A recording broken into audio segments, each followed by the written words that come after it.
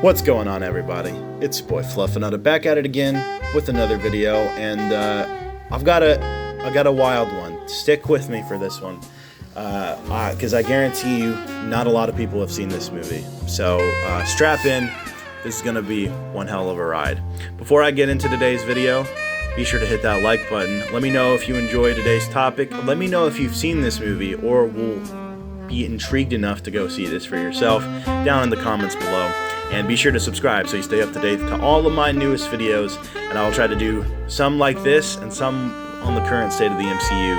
But this type of stuff and the Hulk one I did, you know, it's just a lot of fun, and I'm having a lot of fun with this, and I want to keep doing these kinds of videos. So your support really is appreciated. That being said, what am I talking about today? You probably have seen the title, and you're like, what the fuck is this? They did this? Yes, this is real. And before I explain myself and why, who, what, why, and when, let me just start off with a unique little speech about this hell of a film. And what does this movie have in common with the modern MCU? Hell, even The Dark Knight. Hell, even 2003's Hulk. I'll tell you. The Dark Knight, what is it good at? It's a superhero film that tries to tell a realistic, grounded version of Batman. It takes that character, explores that world, and what it would be like if it was a grounded, realistic superhero film. 2003 Hulk. It's a character drama within the Marvel Universe, wondering what would it be like to do an in-depth dive of the trauma, the emotional impact of the Hulk. How is that like? What is it like for him to just feel these emotions? And it's an emotional movie from the get-go because the Hulk is an emotional character. So it's the kind of movie that wants to make you feel what it's like, make you feel things, make you feel for Bruce and the trauma that he's been through, and go through this wild ride of a movie. And that's the kind of superhero movie that the Hulk is. And you know, even though he's some monster, he's not a monster, he's a human. He still feels, and it shows you that he's got emotional sides and tendencies, and that he's still, at the end of the day, Bruce Banner, who just, you know, has a lot of anger, rage. Hulk is still Bruce.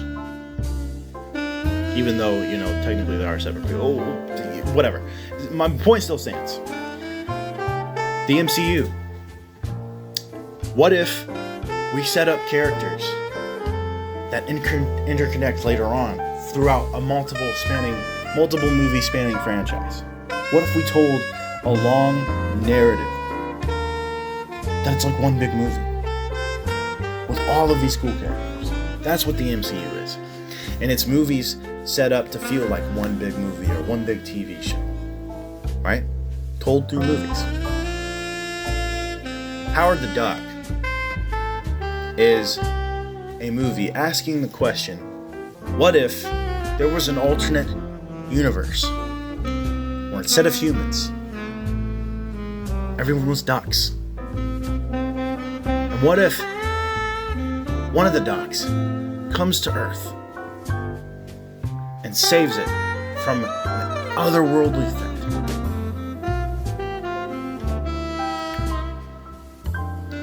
But the real question is, what if it was just a comedy? What if it was a sci-fi comedy? You take Marvel out of it. At the end of this day, this movie sets out to just be a sci-fi comedy with good vibes all around. And that's what it does. And it knows what it is from the start. It knows that it's a goofy concept. It knows that. And it's why it works. It's why all these movies work. These movies, all together, know what they are from start to finish. And that's why they're able to execute well. This movie may be hands down the funnest bad movie in the Marvel universe. Let's break it down. Let's get into it. So, I'm talking, of course, about the 1986 Howard the Duck movie that was made by none other than legendary director George Lucas. Yes, you heard me right. The director of Star Wars directed Howard the Duck. My God. My God. Okay, well, he didn't direct it, but, you know, he was part of it. He was a part of it. I think he was a producer. Okay, yeah, so I looked it up. He is the executive producer for this movie, which is why his name is attached to it. I thought he was the director. But anyways, he still helped make this movie come to life. You might be asking yourself, fucking why? Well, if you don't know George Lucas, he's known for taking on experimental movies, and this is no exception. This is an experimental movie. This at the start and at its core is an experimental idea, even, because there's no way in hell this movie, even nowadays, would work. But this movie, you know, obviously failed at the box office. It was a flop, hands down. But you know, I hate to say it, but who gives a shit if a movie flops or not? We're here to ask the question, is the movie good enough? Is the story good? You know, sure, it's going to have its flaws. We as a community here, know movies are going to have flaws. But can you look past those flaws? Some people can't. Some people can find diamonds in the rough. This movie is no diamond. No. But this movie is at least a like a topaz or a ruby. You know, some off-brand gem that is still a gem, but it's no diamond. But yeah, so this movie, of course, I like this movie. Not a lot of people are gonna like this movie. I just think it's a really fun time, start to finish, and it is a comedy movie. It's funny. It's fucking hilarious watching them try to play around with this idea and premise. And let me just break down this movie. See if you get interested enough to watch it for yourself. If not, that's fine. I'll watch this movie as many times, you know, as I please, and I'm content with it. But let's get into it. So, Howard the Duck. The movie starts off in an alternate. I mean, before I even get into this, the fact that I'm saying that this movie starts off in an alternate reality before the whole MCU starting off with Multiverse of Madness and fucking all this Phase 4 multiversal stuff. This is the first Marvel movie, technically, and this starts off with an alternate reality and the cosmos and space interdimensional demons that are here to just destroy Earth like a fucking otherworldly threat. Dude.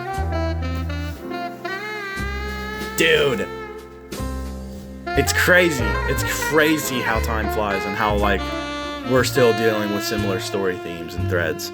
It's all the way back even in its roots. But yes, we're in an alternate version of Earth at the beginning of this movie. And of course, with it being Howard the Duck, he's not from Earth. He's from this alternate universe where everyone is ducks. And yeah, they show it off really well. They show off what it's like in this world. We don't get to spend a lot of time in Duck World, of course, because it's more so about him discovering Earth and, you know, all that stuff. But he's just a normal guy. If he wasn't a duck, he'd just be some normal Joe. And Duck World is literally just Earth. He's just a normal dude. And he's just a chill little guy, chill little duck, chill in his apartment. He comes home from work, just got a new job, and the answering machine plays, and you get to hear his mother and then his potential lover who has a dream about him that gets very, very vivid. And I want to start off by saying this movie is not a kid-friendly movie, but it is PG, and it's only because of the time it was made in. This movie would technically be considered PG-13 at some points, maybe even rated R, if they had went in a little bit heavier on the stuff that they have in here, because holy shit, we'll get there. But fuck, dude, it's crazy. But yeah, so he's, you know, coming home from a long day of work. He cracks open a beer, sits on his recliner, and watches, you know, some American TV, watches some duck TV, and it shows us parodies of popular 80s programs, and he just scrolling through the channel like an everyday guy, just scrolling through, had a long day, chilling, drinking a beer, all that good stuff. He finally just decides nothing good's on, shuts the TV off, and opens up a little dirty mag, little play duck. Yes, he has his own version of Playboy, and they show some duck titties. So if you ever wondered what duck titties look like, this movie's got you covered. I can't even believe I just said that in a sentence in 2025. But here we are. Duck titties is a quote of 2025, ladies and gentlemen. So he's looking through this dirty mag, and then all of a sudden, his chair's shaking. He's like, what the fuck? There's an earthquake. And then this beam of light just drags his chair and him and bashes it through the wall of his apartment, and he starts going through other people's apartments. We see an old duck couple laying in bed, like, what the fuck? He just flew through our room. What the fuck? And then this duck lady's like chilling, taking a bath, more duck titties, and then bashes through her apartment. She doesn't even seem phased. She's just chilling in her bath, and then he gets sucked all the way through, and then he's flying through the sky because this beam's got a hold of him, and then he flies up into space and gets pulled from this beam. This beam is pulling him from this point and pulling him up into space. And during this point, we see a good shot of space, and it being George Lucas, he knows how to do space. So we get him being flown through, and we get a narrator saying stuff about the cosmos, the wonders of the world, all this space dramatic stuff, and then we get a profound line, which is crazy to think about, that this was the first live action movie, and it goes, in the beginning there was Howard the Duck. Yes, in the beginning of the Marvel Universe, there indeed was Howard the Duck. And he crash lands onto Earth and flies out of the beam's trajectory and crashes in a back alley in the 80s city of Cleveland. Yes, Cleveland, Ohio. This is probably one of the only movies in Marvel history that takes place in Ohio. So you're welcome, Ohio. You get Howard the Duck. You fucking pieces of shit. Anyway, so he lands in this back alley, and he's like, what the fuck? This is crazy. Of course, my luck, I would be transported here. And these punks, and of course it's the 80s, so they've got like teenage punks like walking the streets and shit. And these punks see Howard, and they're like, this fucking guy looks weird. We're gonna make fun of him.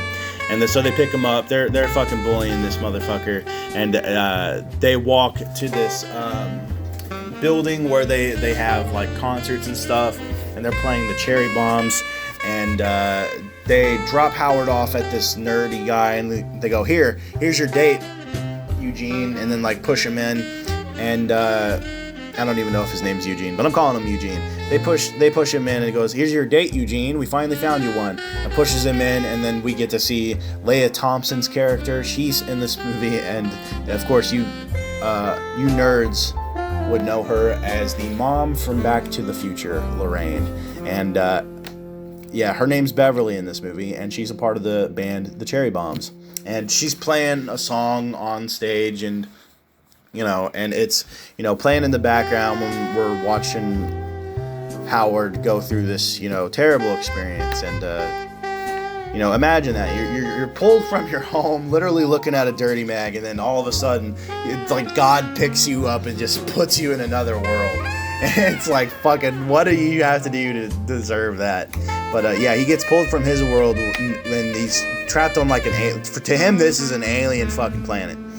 And, I wonder if they could have done a sequel where, like, somebody had been brought to Duck World, and it was a human experiencing Duck World. That would have been fucking funny. But, so he's in this world. He's, Eugene's holding him and carrying him around, trying to get rid of him. Howard's trying to flail around, and then one of the bouncers notices that Howard's in there, and they think he's just a kid in a costume, and they're like, hey,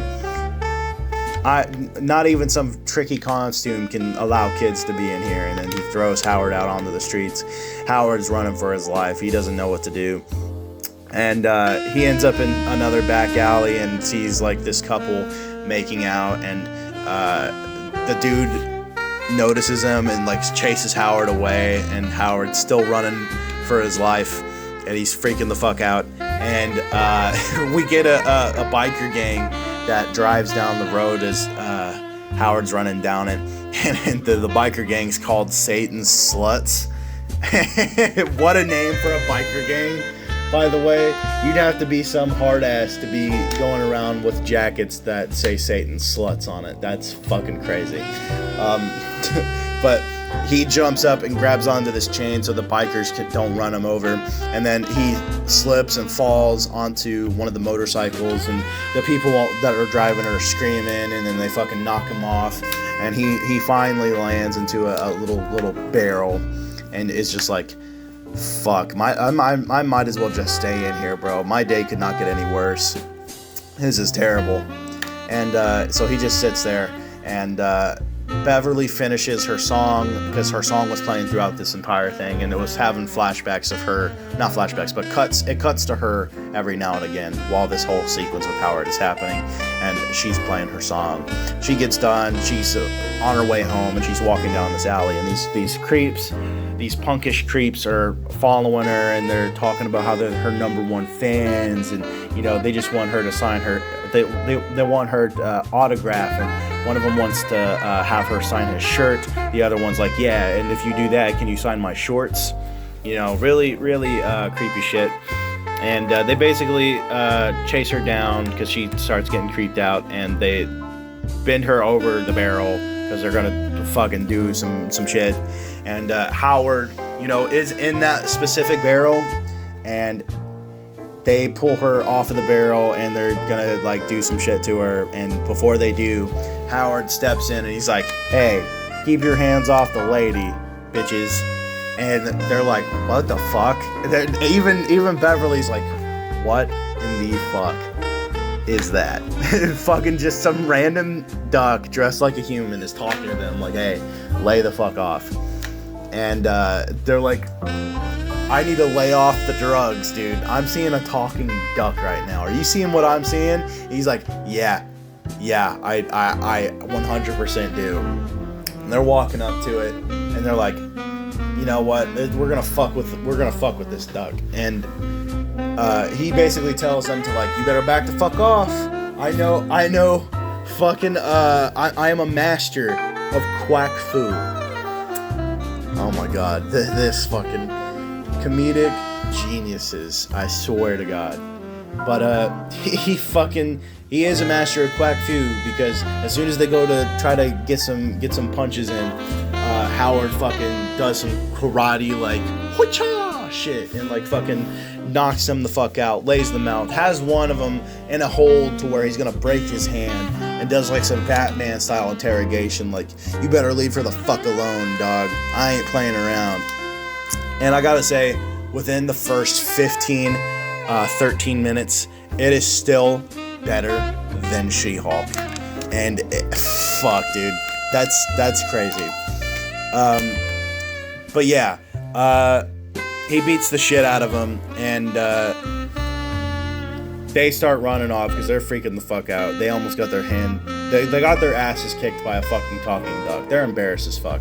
And she is trying to struggle to realize what's happening, and Howard's kind of doing the same. They're both kind of like in shock. And then she goes off on her own way. It's raining, and they play some like sad emotional music because Howard's lonely, and she feels bad for him because he looks like a duck, and you know, she's, you know, getting her heartstrings pulled because she's like, oh, man, I can't leave a duck out in the rain. All right, fine, you can come with me. And he's like, me? What the fuck? You want me to come with you? All right, bet. So bro basically pulls a chick and gets to come home with the chick, and so she brings him back to her apartment, and it's, you know, it's nothing fancy, it's nothing to look at. It's not like Howard's. Howard's was a little nicer than this place, and he's, you know, trying to process what the hell happened. And when he walks in, he notices a purse that's like shaped like a duck, and he's like, this is charming. What the fuck is this? And she goes, oh, it's just a purse. And he goes, wow, fascinating. He's like unimpressed, dude. Howard also is kind of a dick. Like he doesn't shut up, and he's always making quirky remarks, and they're always puns too. So if you're not a fan of puns, you probably won't like this movie. But you know, she's trying to ask what he likes to drink. She picks up a bowl and goes, I can give you some milk. And he's like, the fuck do I look like? I'm not a cat, I'm a duck. Give me a beer, bitch. And she goes, oh yes, beer. He's like, I'll put you in a bowl. Fucking so goofy, bro. Fucking, and then she gives him a beer. They're drinking. He's, you know, trying to process what happened, and he's finding everything so strange. And then he hears some rumbling, and a big truck's going through, but he doesn't know it's a truck. He thinks that the beam's coming for him again, and he's scared. And she calms him down, and he talks about, you know, his life back on Duck World, and it's like, man, you know, I just got this new job. You know, I was having a decent enough day, but I mean, you know, I've been going through it. I basically sold my soul. I sold out because people kept telling me, "Oh, Howard, you're trying to follow your dreams, but it's not paying out. You need to get a real job." And so he finally does. He gets a job as an copyright advertiser, and he wrote some bars, basically like a piece about male perfume. And he's you know, being sarcastic about it, and she's kind of emotionally opening up to him as well. I'm like, yeah, I'm kind of going through some similar stuff. And if you take away the fact that he's, you know, a duck, they're actually having like a genuine conversation, like one-on-one, like actual humans would, you know, about their problems. And you know, she's expressing how, you know, her band's not really going anywhere, and her manager's kind of screwing her over, and she's kind of stuck in between right now because it's not really taking off as like she thought it was, and you know, they're not really getting paid. And he's like, damn, that kind of sucks. And they're both just kind of wallowing in their problems. And then he falls asleep, and then, you know, she tucks him in, but as she does, she notices his wallet's on the floor, and so she's curious, you know, what does a duck wallet look like? And she opens it up. She sees pictures of his duck family. He's got little duck cards. He's got a Master Duck like credit card. He's got you know, some other cards, and then she checks to see what the dollars look like. They look like US dollars, except, you know, it's got ducks on it. And then of course she pulls out a tiny egg-shaped condom, which is fucking crazy that he keeps a fucking condom in his wallet. You know, of course, this duck fucks. Like, what can I say? And you know, she's gonna try to get him help in the morning, so her best idea is to take Howard to go see a scientist she knows. Well, scientist, quote unquote, because she goes and takes him to a museum. And of course, there's scientists working at this museum, and they're not your typical scientists. So this particular scientist only studies like ancient stuff and all this different stuff. And so she brings Howard in a trash bag all the way to this dude's office, and he's freaking the fuck out. He's like, holy shit, he's an alien. He's an alien. This is fucking huge. And he's fucking hilarious.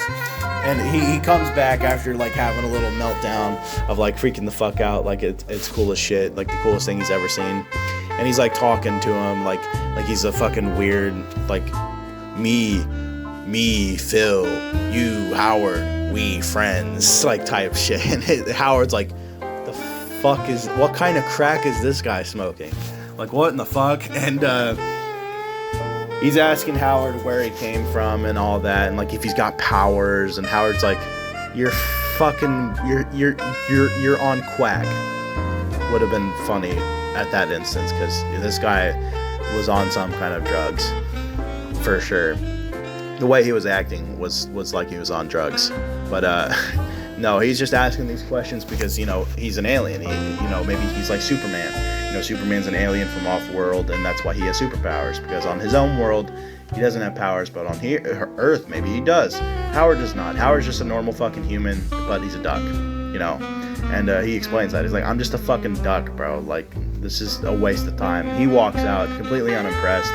Beverly also realizes that she made a mistake coming here, and Phil's like, listen, man, I'm gonna do everything I can. And he walks out. Howard's pissed, and he takes it out on Beverly like it's her fault that he was a fucking like loony, and is like, listen, I have had like a terrible time the entire time I've been here. You have not been any help. I'm sorry, but I need to just go on my separate ways. I'm gonna probably have a better time.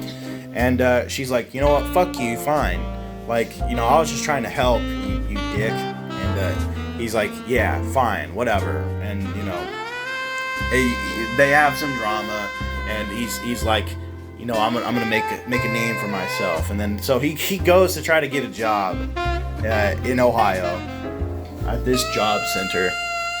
And there's this lady there that's working, and she's like, I'm gonna find you a fucking job. And he has some like weird sexual attention with her, which is just fucking goddamn this movie. Fucking he gets hired on as a towel boy for a brothel. Yeah, so it's a place where they can go to have sex, and he's working there, and oh boy, they're making him clean all the fucking stuff, and he's giving everybody towels, making sure that everybody's toweled up, and the guy that owns it's like, hey, we got a jet loose in pool number 5, and we need you to go clean it. He's like, I'm on my fucking break, bro. Like, I've been working hard here. Like, this is fucking disgusting shit. And the guy's like, I don't give a fuck. And picks up Howard, throws him in a pool where this couple's fucking, and just like, oops, I must have slipped, and walks off and expects Howard to fix it. So Howard fixes it, gets out, walks up to him while he's like making sure that this like mud bath is ready for, you know, couples. And then Howard pushes him in to the mud bath, goes, oops, I must have slipped. Oh, better yet, I fucking quit, bro. Fuck you. I'm gonna find a different job. And so he walks out. Obviously, he's not cut out for this kind of job. And he's having a hard time just being on his own and by himself. He takes the bus home, and the bus, everybody's like freaking the fuck out because it's just a fucking walking, talking duck, like dressing up like it's a normal human and walking off like doing its own thing. He stops in front of this window with a bunch of TVs, and there's these other guys staring at it, and it's playing stuff about ducks. And like every TV is talking about like because Ohio is known at this time in this specific area for duck hunting, and they have a big duck hunting season going on right now. And he's like, they fucking hunt ducks? What the fuck? And it's showing all this different thing of what they do with ducks. They're showing off Daffy Duck and Looney Tunes getting the shit beat out of. They show like an advertisement for fucking the duck, the food. And he's like, they fucking eat ducks. They hunt and kill and eat ducks. And it freaks him the fuck out. He runs off.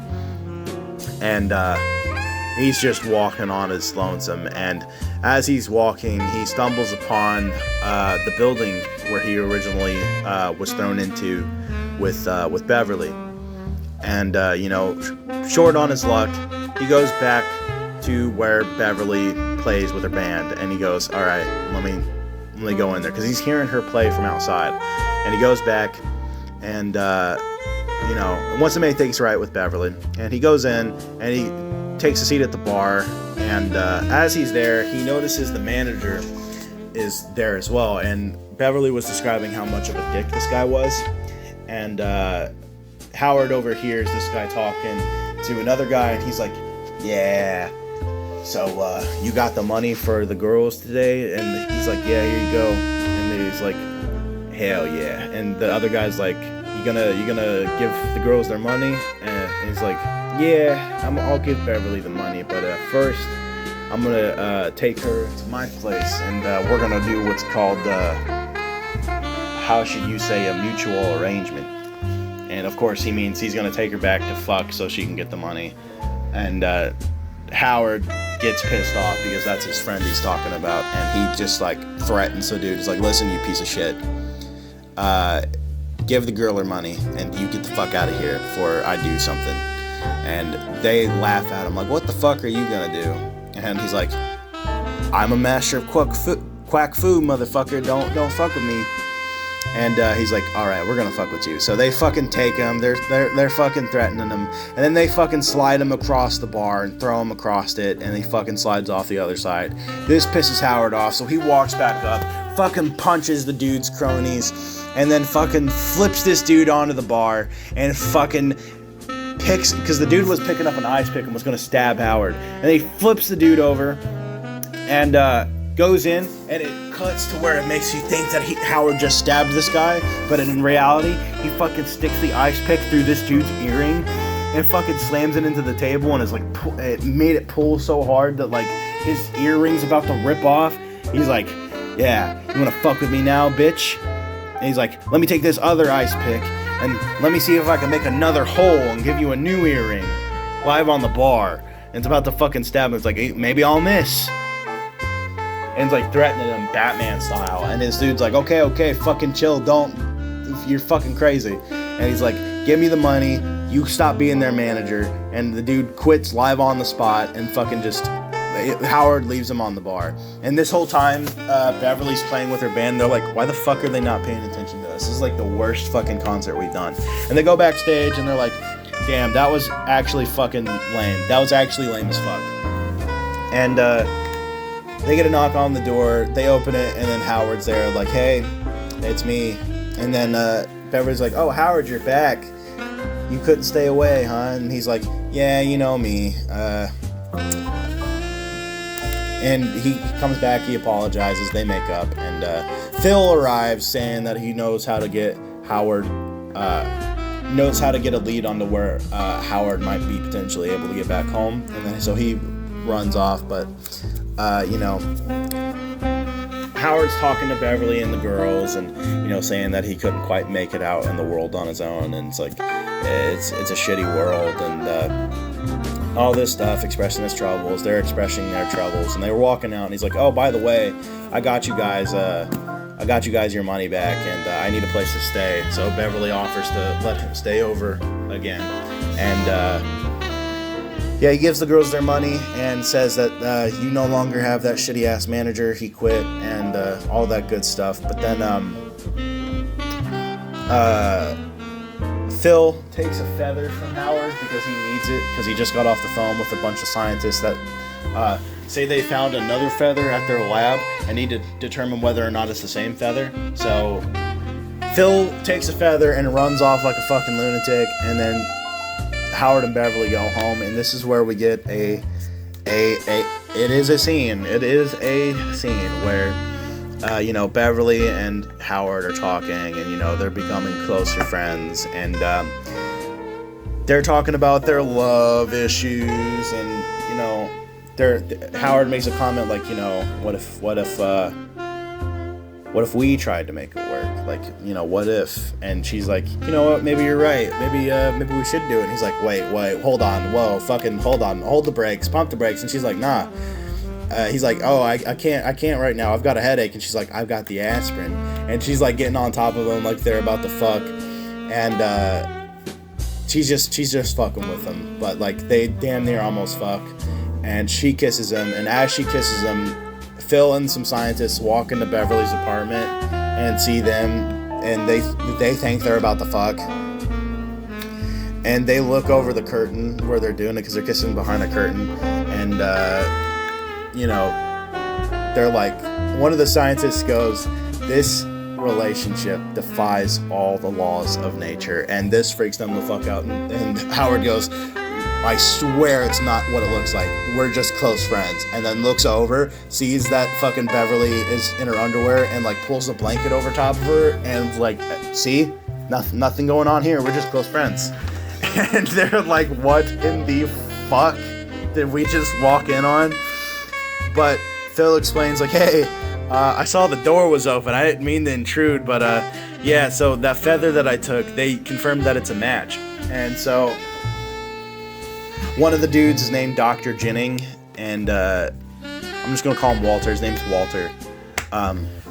So Walter, Phil, and this other guy, I don't think they name him, but they explain that they're from Dynatechnics, and they were working on this super advanced telescope that would be able to do some like cosmic bullshit. I don't even honestly remember what it does, but it sends a beam up into space, and they're able to get like an advanced view of the cosmos and all this stuff with intricate readings and stuff.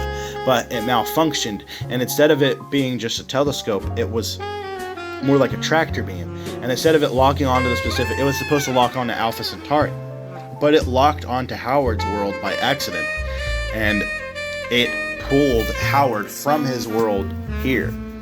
And only thing that was left in the lab was a singular feather, and little did they know that 2 miles away was Howard. And so Howard's like, oh shit, that's awesome, I'm gonna get ready, and you're gonna take me to this fucking thing and then see if you can reverse it. And they're like, wait a minute, whoa, yeah, maybe you're right, maybe we can reverse it, and maybe we can send him back. So they're gonna try to send him back, and this is setting up Act 2, right? Act 1, was Howard getting adjusted to what life is like on Earth. This act is more inclined to getting Howard back home and introducing the scientists. So so they take him to Dynatechnics, and they're setting up how emotional it'll be for Howard to go home, because this has been like 30 minutes, and Howard's been in the real world, and he's kind of grown.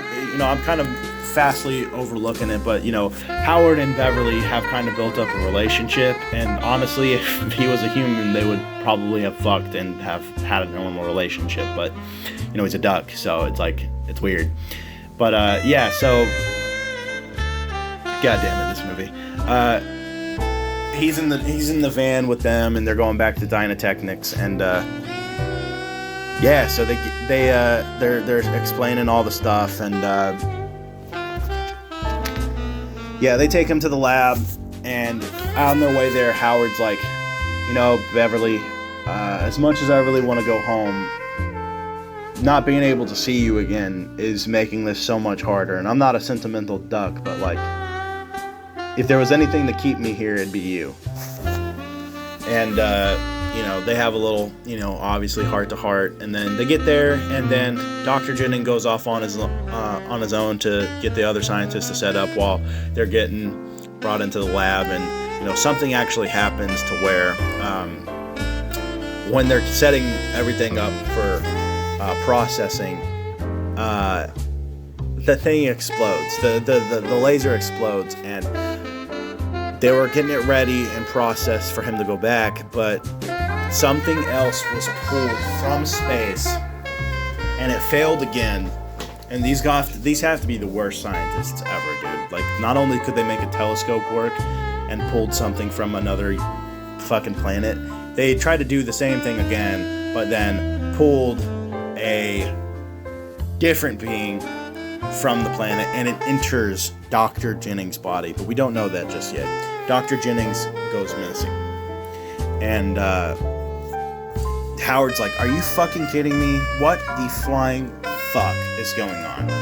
He just has the worst fucking luck. And so Howard is pissed off, and the lab is on lockdown, and the police get involved, and the police start coming in, and they question Howard, and they do a strip search on Howard to try to get him out of the costume because they think he's a midget in a costume, but in reality he's an actual duck, and they find him weird. So they arrest Howard, and goddamn, this thing's fucking aged terribly, but they say that he's under arrest because he's an illegal alien. Literally, he's an illegal alien.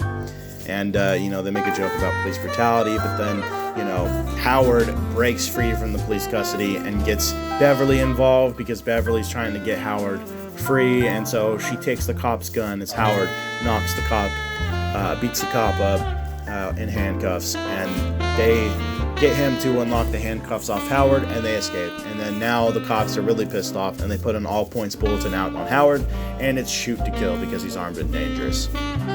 So they're out on the hunt for Howard.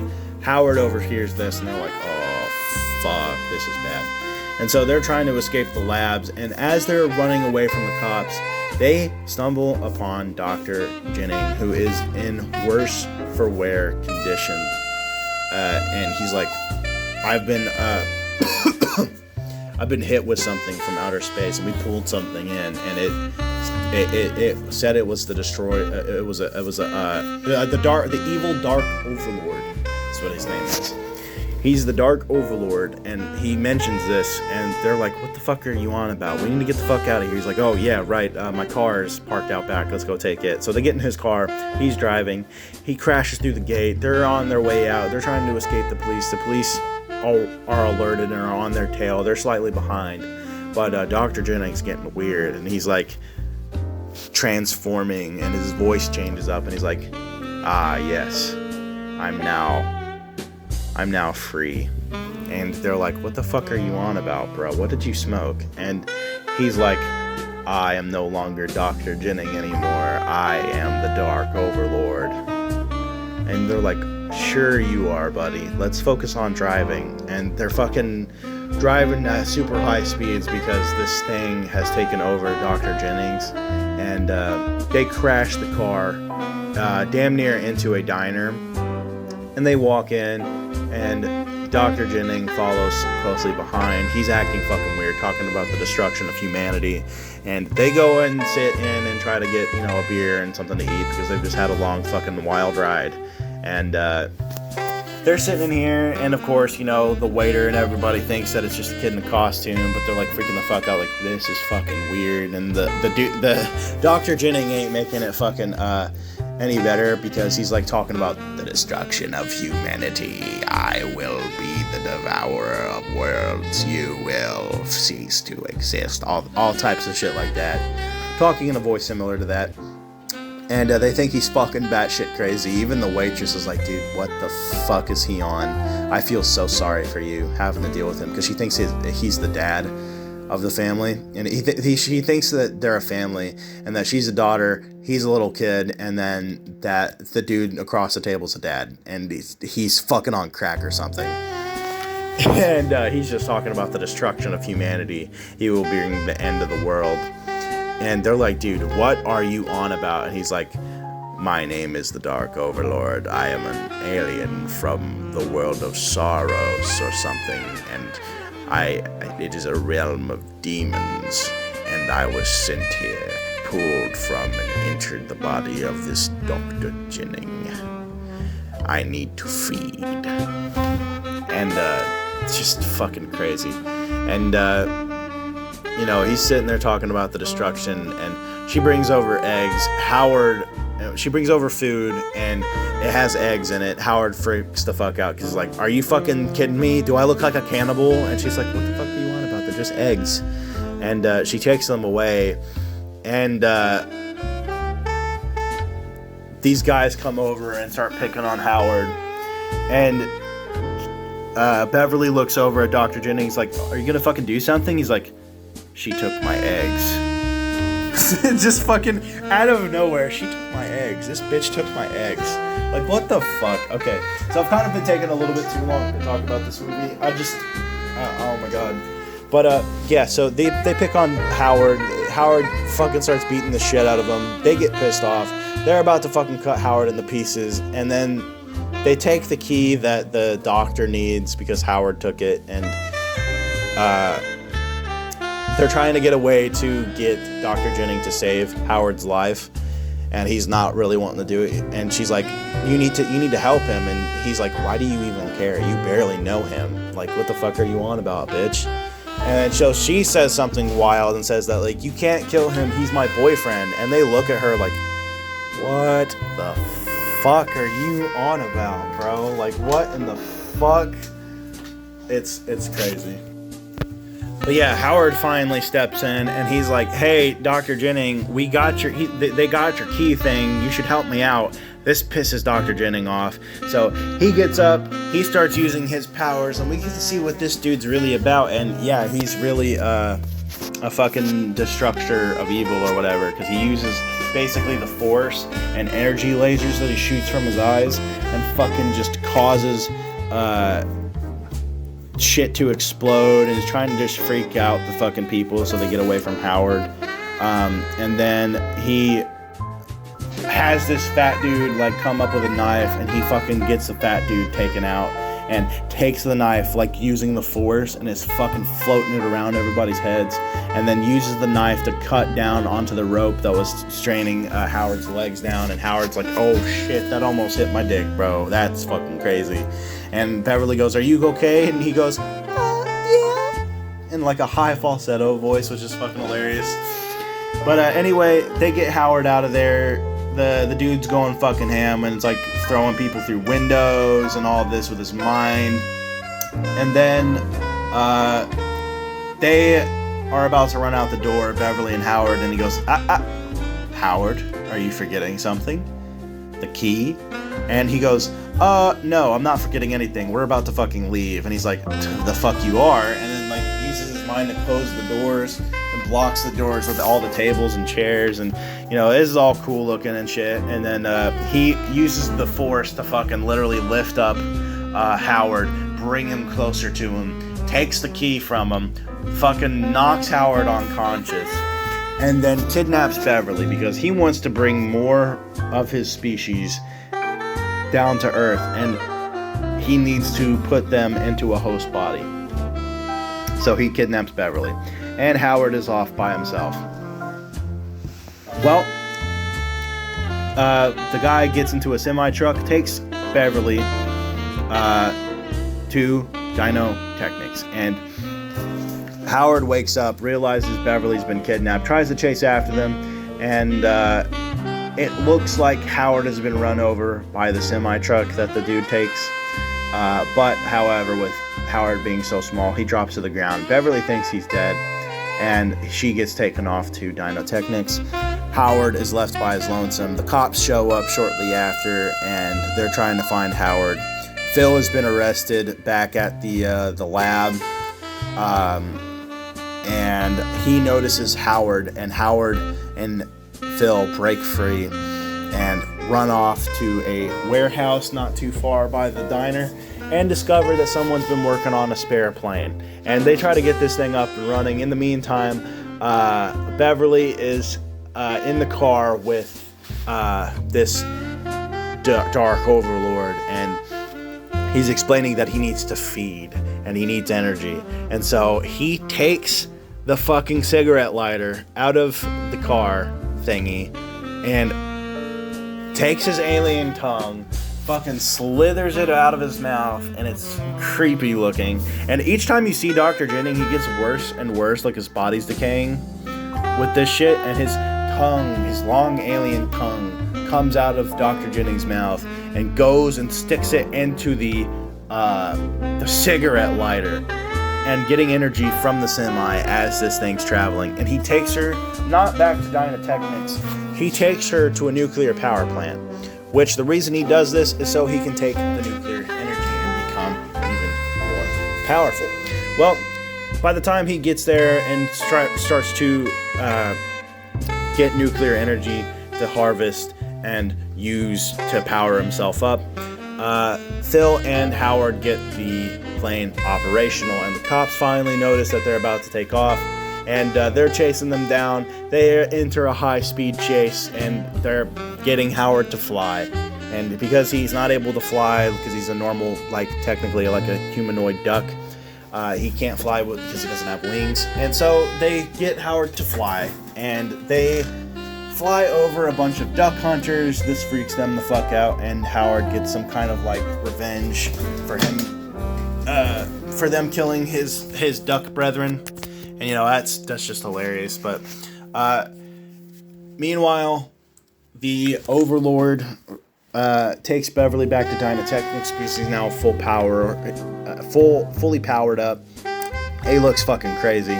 His hair is all sticking up. He's fucking looking gross and evil, and his voice is fucking disgusting. And yeah, he just looks fucking gross. And he takes her back, straps her down underneath the laser, and gets everything prepared and initiates the sequence. Howard and Phil crash land into a pond, and a lot of the joke about Howard, not only can he not fly, he can't swim either. And Phil makes a comment like, what kind of fucking duck can't swim? And he's like, I don't, bitch. And so they're walking in, they're like, how the fuck are we gonna take this guy out?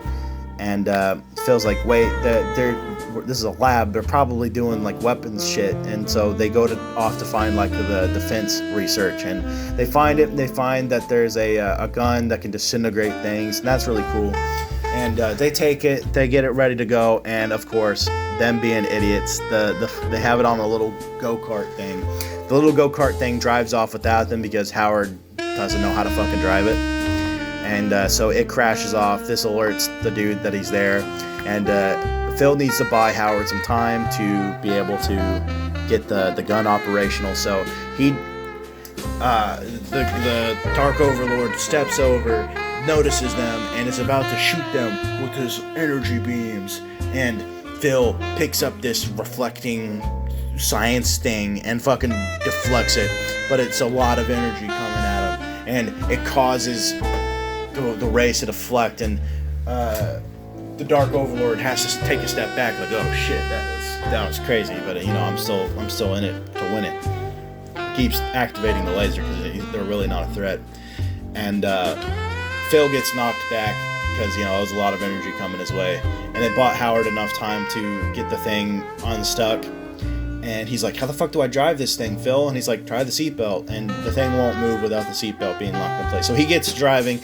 He goes and it stands in front of Dr. Jennings and the Dark Overlord. And he's like, I'm about to save the world, bitch. And Dark Overlord's like, you fucking thought, bro. And they have like a standoff, like a Western standoff in front of each other. Howard drives forward, blasts the beam, while Dark Overlord blasts his beam, and they clash, they explode. He gets pushed back, Howard gets pushed back, and the space being that was inside Dr. Jennings gets knocked out, and he's back to normal. He's like, Howard, the space thing's not inside me anymore. Howard's like, fuck yeah, we need to get Beverly out of here now. And so Phil and Howard go to unleash Beverly, but as they do, the Dark Overlord is still there, and we get to see him in his true form. And he bursts through the floor, and it's this monstery, like stop motion like thing, like kind of how the bigger aliens in Star Wars looked. And he's like just big, gargly alien, and he's menacing, and he's like, fuck you, I'm an alien, fuck you, I'm about to destroy the world, bitches. And so instead of just having the host and everything, he just opens the portal anyway, and it's just gonna send them in their natural form, and they're gonna fuck up Earth, right? They're gonna fuck up Earth. And he starts sending them through, and it's gonna happen in 4 minutes. They got 4 minutes to take them out. But, with the Dark Overlord back in his full form, he has his full power. And so he's able to fucking, shoot massive laser beams this time. And he fucking shoots his lasers over towards Howard. Howard dodges out of the way just barely. And he returns his attention to Phil and Beverly, who are trying to run away. And they don't get a chance to. The Dark Overlord looks at them and starts using his rays on them, and he's disintegrating them, kind of like the Thanos snap, except slower and more painful. And they're fucking disintegrating right in front of Howard's eyes. And Howard gets picked up by the Dark Overlord's other tendril that shoots from his hand. And it's looking bad. It's looking pretty bad. Dr. Jennings trying to step in, but he's kind of a bitch, so he's just staying off. He could easily step in, but he's staying off and out of the way, because he's a little scientist bitch. And he's like, Howard, here, take this buzzsaw. And Howard grabs the buzzsaw that was thrown at him and cuts the arm off that was holding him. And he goes and runs for the gun. And this pisses off the Dark Overlord. The Dark Overlord shooting at Howard, but Howard just gets out of the way, just barely. And then he turns the gun around and aims at him. He's like, fuck you, I'm gonna fuck you up, fuck you, I'm Howard the Duck, bitch. And shoots a laser, and the Dark Overlord fucking screams in pain and disintegrates. Yeah, but there's a problem. Even though the Dark Overlord's been destroyed, and Beverly and Phil return back to their normal forms after being damn near disintegrated out of existence, they look up and notice that the portal's still opening, and more of that creature is coming, and they can't kill them all. There'd be too many. There'd be too many to stop. And Dr. Jennings and Howard we gotta destroy this fucking thing. And Phil's like, yeah, we do. We gotta destroy this portal. But then Beverly's like, no. But if you do that, you'll never get to go home. There's a pause. Howard looks, thinks about it for a moment, and he's like, goodbye, Duck World. and shoots the fucking laser at the telescope thingy that's opening this portal, and it closes, disintegrating the fucking space things before it can even make it to Earth. And yeah, he destroys his way home, and so he's stuck on Earth now.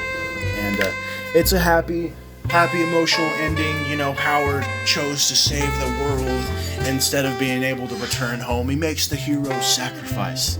And how do they end this movie off? By having Howard become the new manager of the Cherry Bombs and rocking out on stage to a song that she wrote called Howard the Duck. And they have a big fucking send-off, and that's the end of the movie. That's it. I probably didn't do this movie enough justice, but god damn it, it's just a fun, feel-good movie. It's a comedy. It's campy, but it's a drama comedy, and it's an 80s drama comedy, and it's sci-fi. So you know what? It's gonna have bad graphics. It's gonna have bad dialogue. A lot of things from the 80s had some shitty stuff, but it's still a good, feel-good movie from start to finish, and it's enjoyable. It's entertaining. You just take your mind out of it. Just enjoy it. Enjoy it for what it is.